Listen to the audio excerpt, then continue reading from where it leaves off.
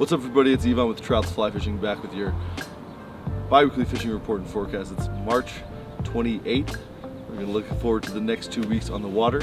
The last 2 weeks have been really good, like really good, and I'm excited about the next 2 weeks myself.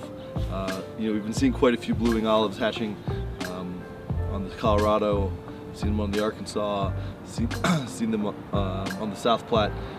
If I'm being honest with myself, fish haven't really tuned into them quite yet, but that's only a matter of time. What we have seen is that fish are moving into some faster water. We're seeing fish in faster water, so they're keying in on nymphs. They're keying in on streamers out of a variety of water types. So water temperatures are coming up, and the fish are responding. They're sort of starting to disperse. You'll still see them in their slower winter runs, but you're starting to see them all over the river. So that is obviously something that I'm excited about. I think you should be excited about as well. If we talk about tailwaters, Deckers has bumped to like 118. I was talking with our head guide Scotty D. He said the fishing has been really good with that bump in water, bump in flows. So Baetis nymphs, still midges, big spring midges are still playing a role, but your attractor flies are also doing well. It's just the fly choice is sort of the same as we talked about last week, but fish are responding, and you can catch them all over the South Platte, through Cheeseman, down through Deckers, and then way down through Nighthawk. There's good fishing to be had, so you can spread out. Fish will be holding in a variety of types of water, especially towards the afternoon.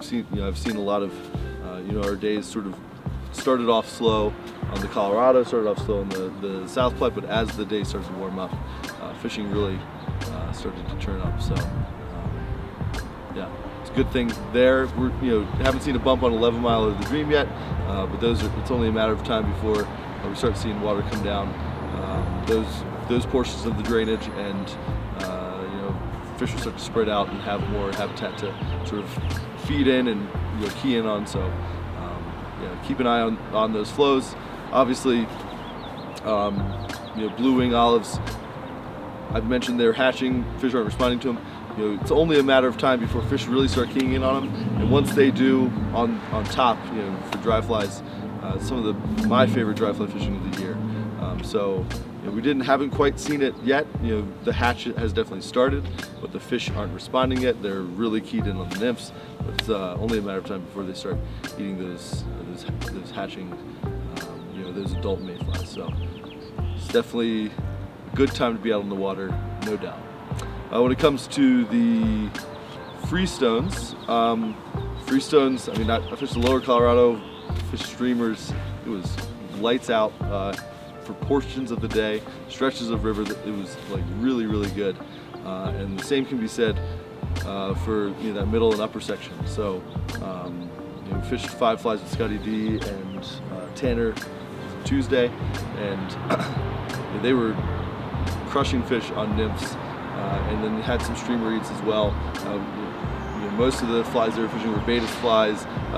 Some midges played a role, and obviously attractors. So there's not a ton of variation in your choice, but making sure you're at the right depth, finding the right water type, and then making sure your fly selection is good will get you into fish.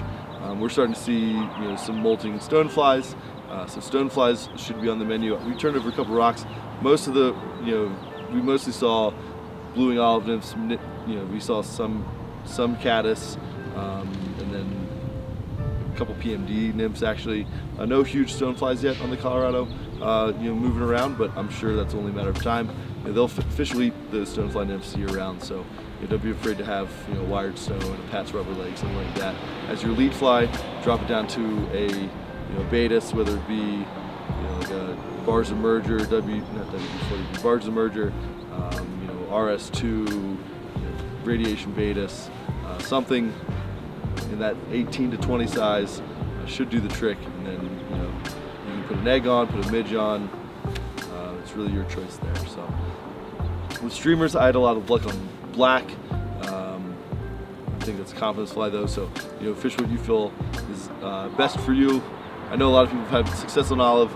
I personally have never had success on olive, but I've heard from quite a few people that that's fishing for them well as well. So yeah, so the Arkansas, the Eagle, the Colorado, the Roaring Fork have all bumped. The Arkansas actually has dropped back down a little bit, but they've all bumped, and something we should expect to see through the spring months. You'll see a lot of that low elevation snowmelt melting in the coming weeks, because air temperatures are getting high enough in those low elevation areas that you have enough temp to melt that low elevation snow.